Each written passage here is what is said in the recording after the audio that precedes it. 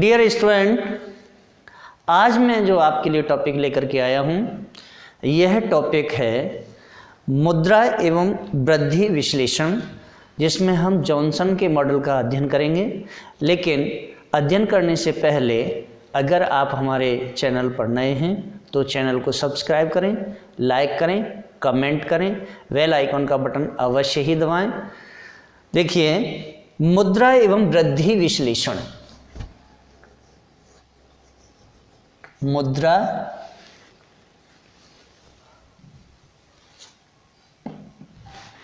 एवं वृद्धि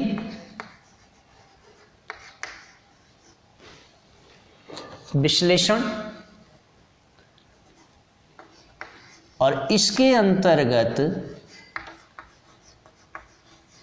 हम अध्ययन करेंगे जॉनसन के मॉडल का। जॉनसन का मॉडल यानी money and growth analysis, money and growth analysis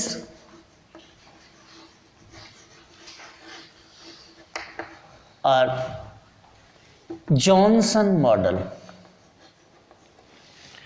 Johnson model. देखिए, वीडियो स्टार्ट करने से पहले चूंकि मैं जो नोट्स बना करके लेके आता हूं, यह नोट्स IAS, IPS, नेट और IAS, PCS या भारत के समस्त राज्यों के अंतर्गत होने वाली प्रशासनिक सेवाओं की परीक्षाओं में भी इस टॉपिक से अक्सर ही क्वेश्चन आते रहते हैं।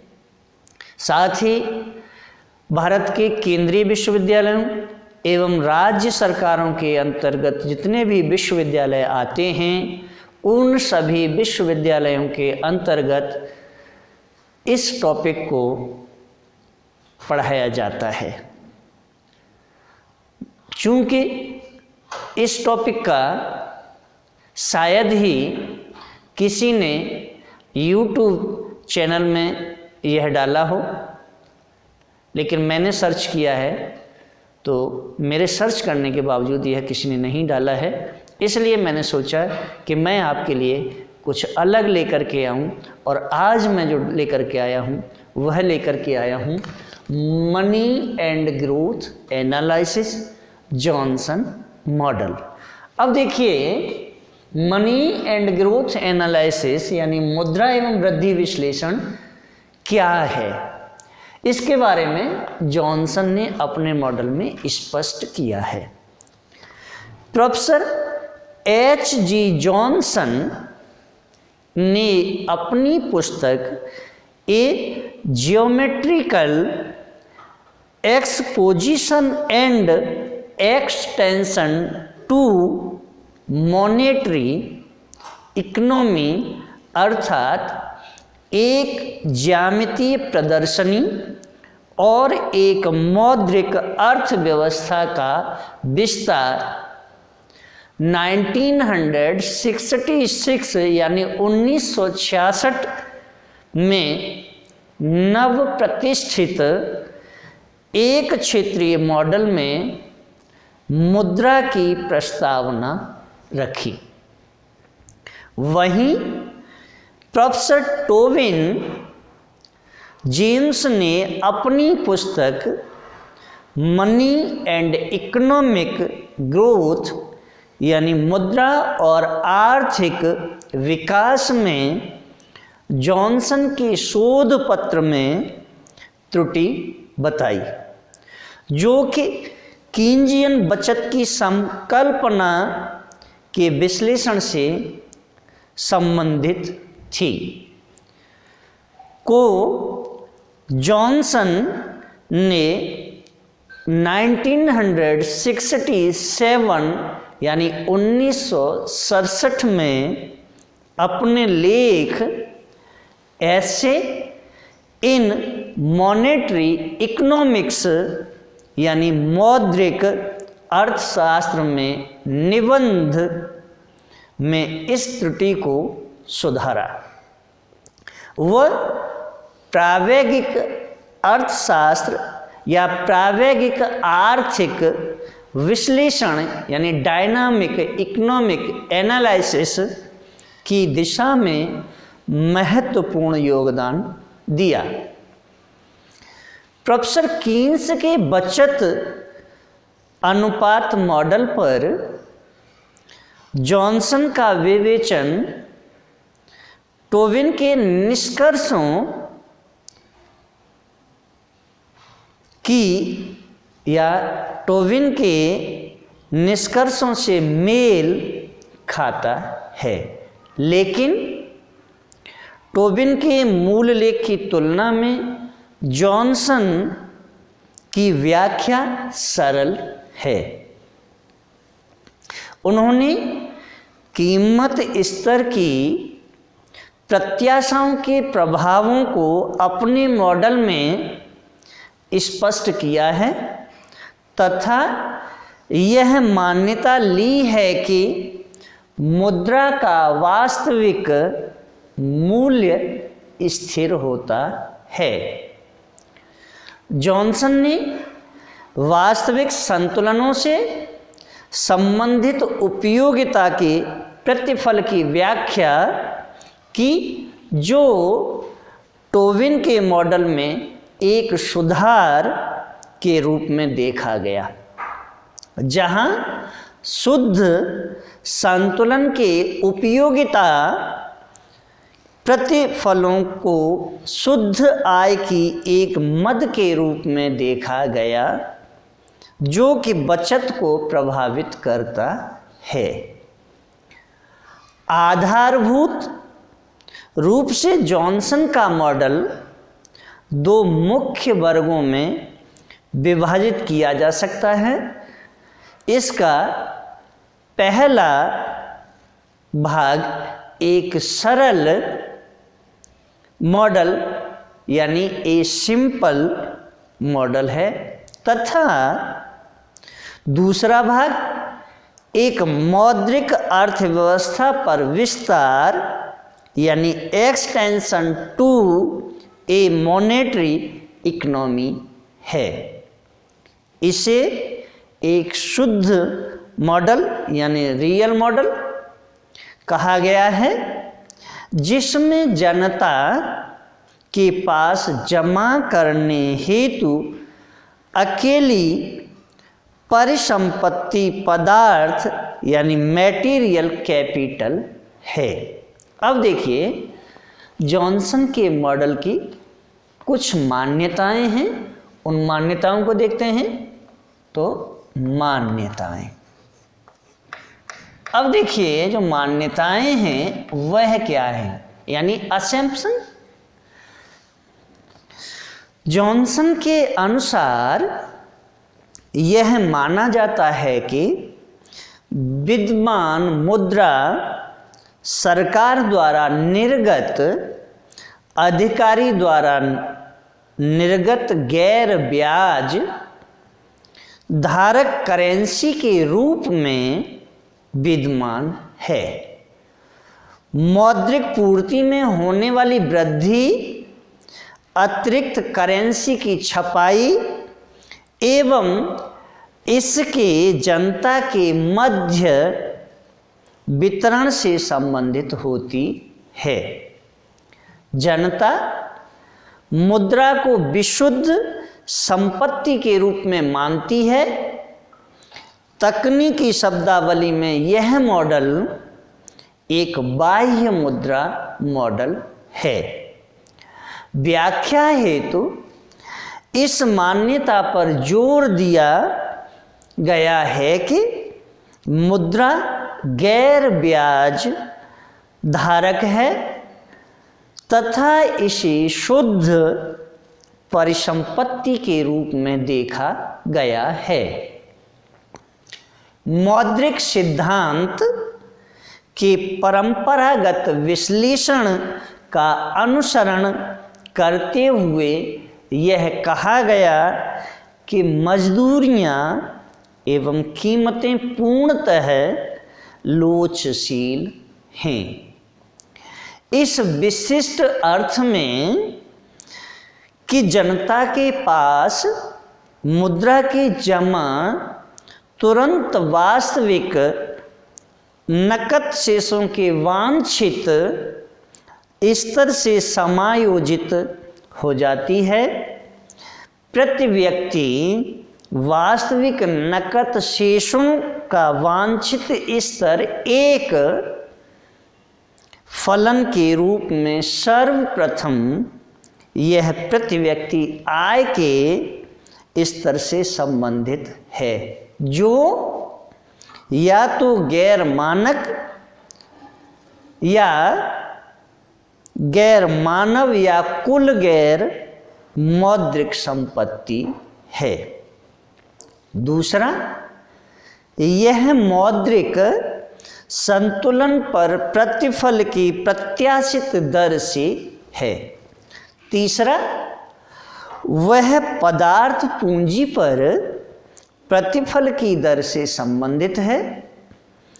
जॉनसन ने पुनः यह माना कि अन्य बातों के समान रहने पर वास्तविक नकद शेष का चाहने वाला स्तर पैमाने के चर आय या आय संपत्ति की दो परिभाषाओं से एक स्थिर अनुपात रखता है। इस प्रकार यह अनुपात प्रतिफल चरों की दो दरों का फलन है। पूंजी पर प्रतिफल की दर इस मान्यता पर या इस मान्यता के अनुसार कि पूंजी भी उत्पादन की भांति सामग्री है, अतः या अंततः पूंजी का सीमांत उत्पाद है।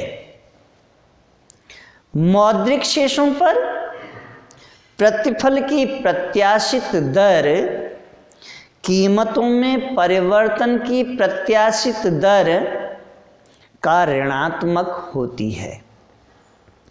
यह बात या यह तब भी ऋणात्मक होती है जब कीमतों में वृद्धि की आशा से यह तब शून्य होती है जब कीमतें स्थिर होने की आशा रखें, तथा यह तब धनात्मक होती है जब कीमतें या जब कीमतों में गिरने की आशा हो। अब जब कीमतों में गिरने की आशा होती है तब क्या होता है?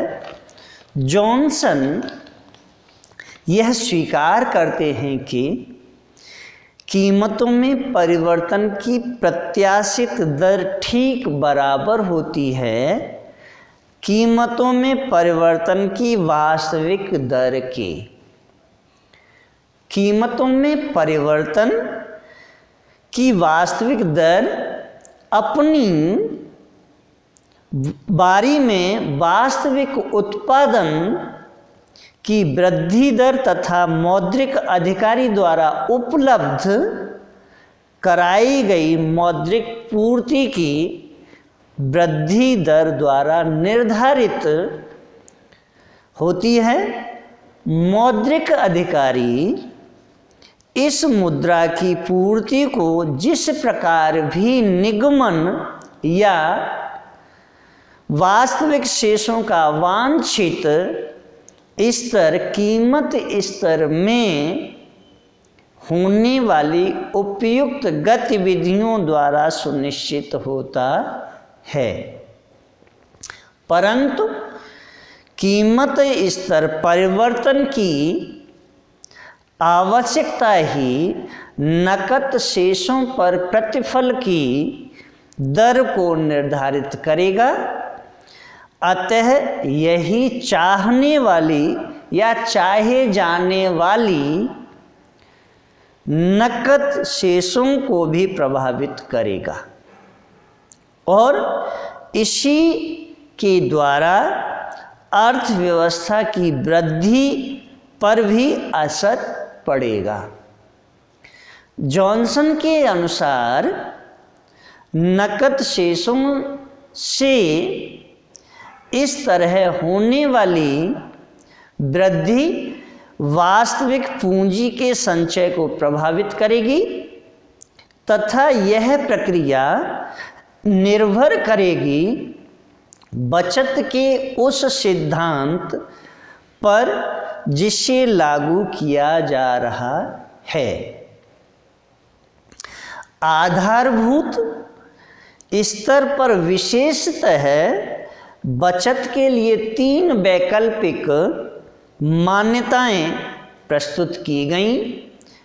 इनमें से 2 आय के बचत से स्थिर अनुपात की कीन्जियन मान्यता का विकल्प है तथा तीसरी मान्यता बचतों के व्यवहार को सूचित करती है जो संपत्ति के वास्तविक उत्पादन से इच्छित अनुपात द्वारा निर्देशित होती है।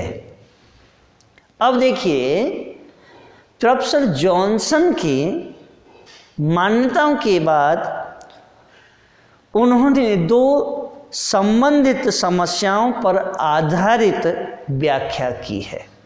अब उन्होंने जो 2 संबंधित समस्याएं हैं उन पर उनकी जो व्याख्या है वह क्या है, इसे देखते हैं।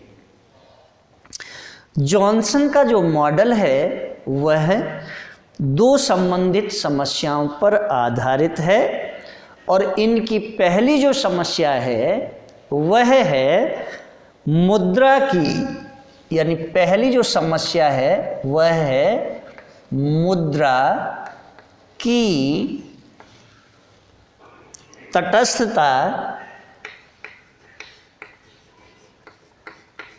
जिसे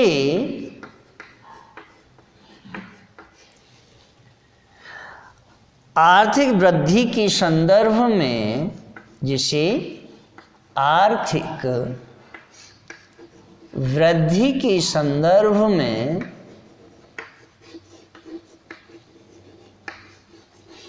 क्या है, प्रस्तुत किया गया है या प्रस्तुत किया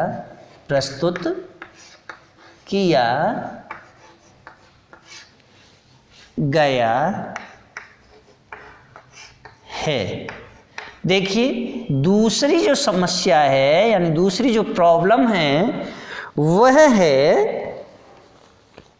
अर्थव्यवस्था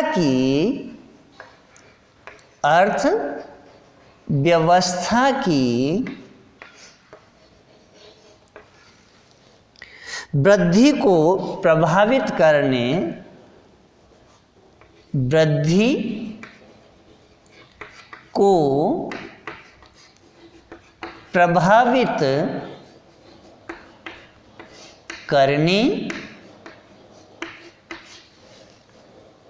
के लिए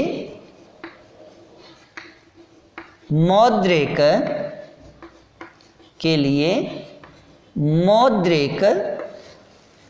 नीति के प्रयोग की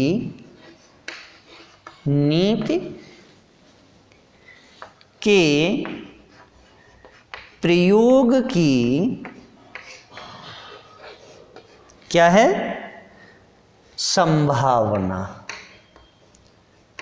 प्रयोग की संभावना। देखिए, जॉनसन के मॉडल की 2 समस्याएं हैं।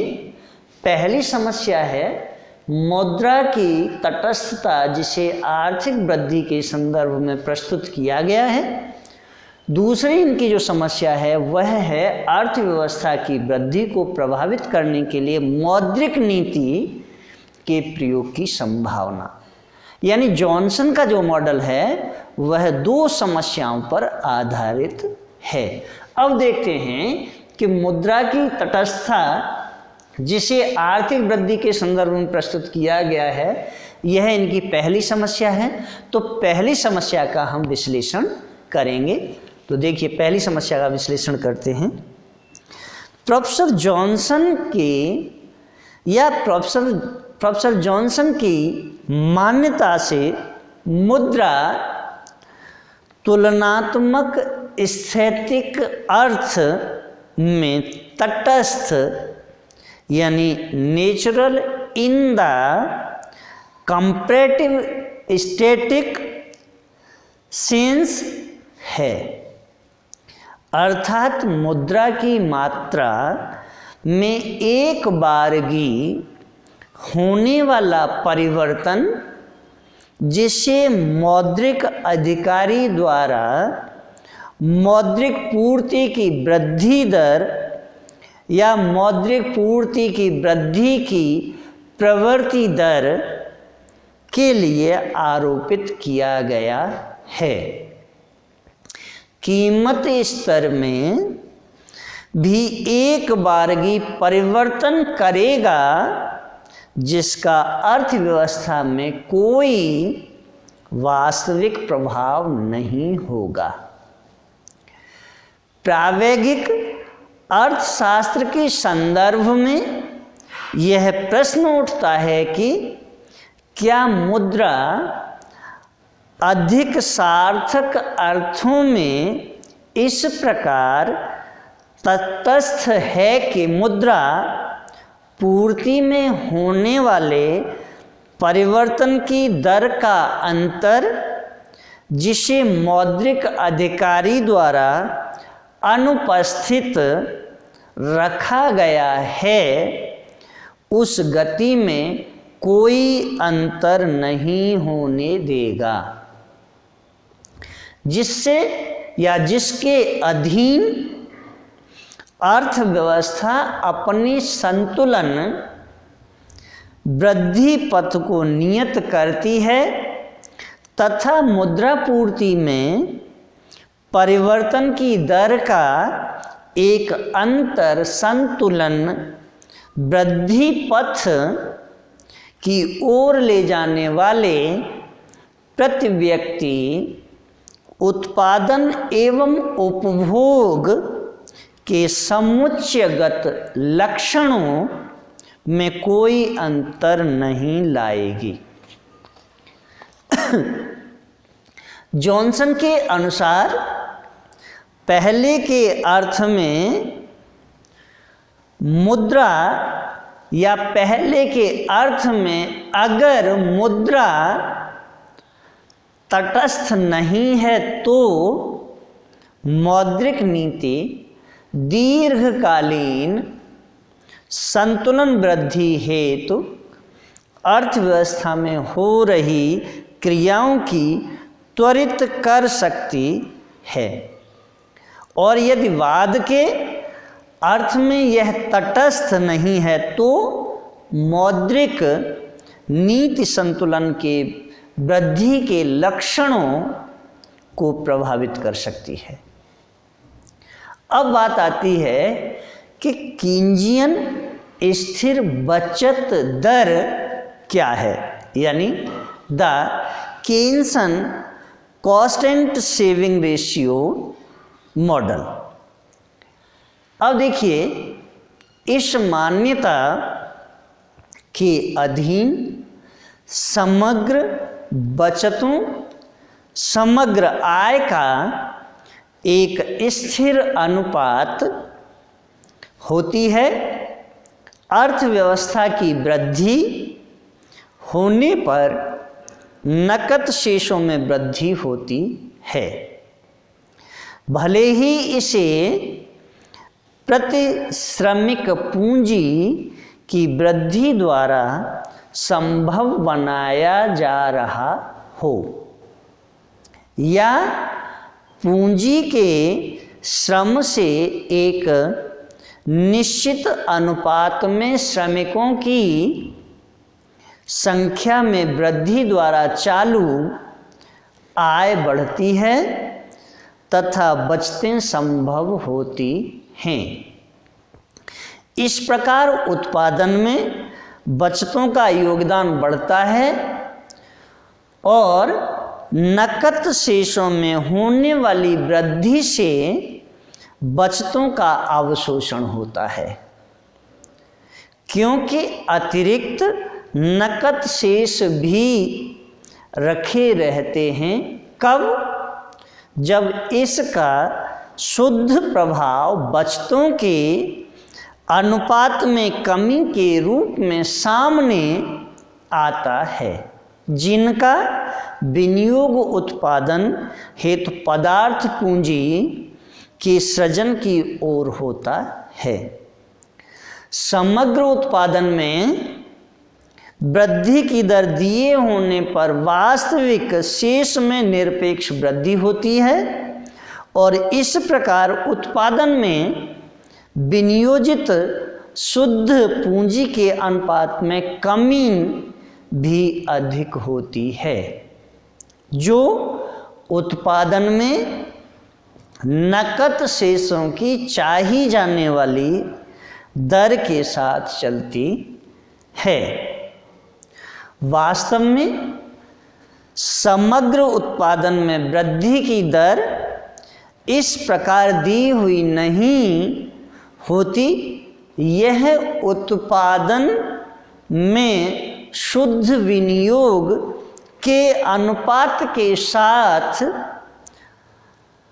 अंततः निर्भर होती है, परंतु यह सिद्ध किया जा सकता है कि इस संबंध में उत्पादन में शुद्ध विनियोग का अनुपात उत्पादन में वास्तविक शेषों के अनुपात के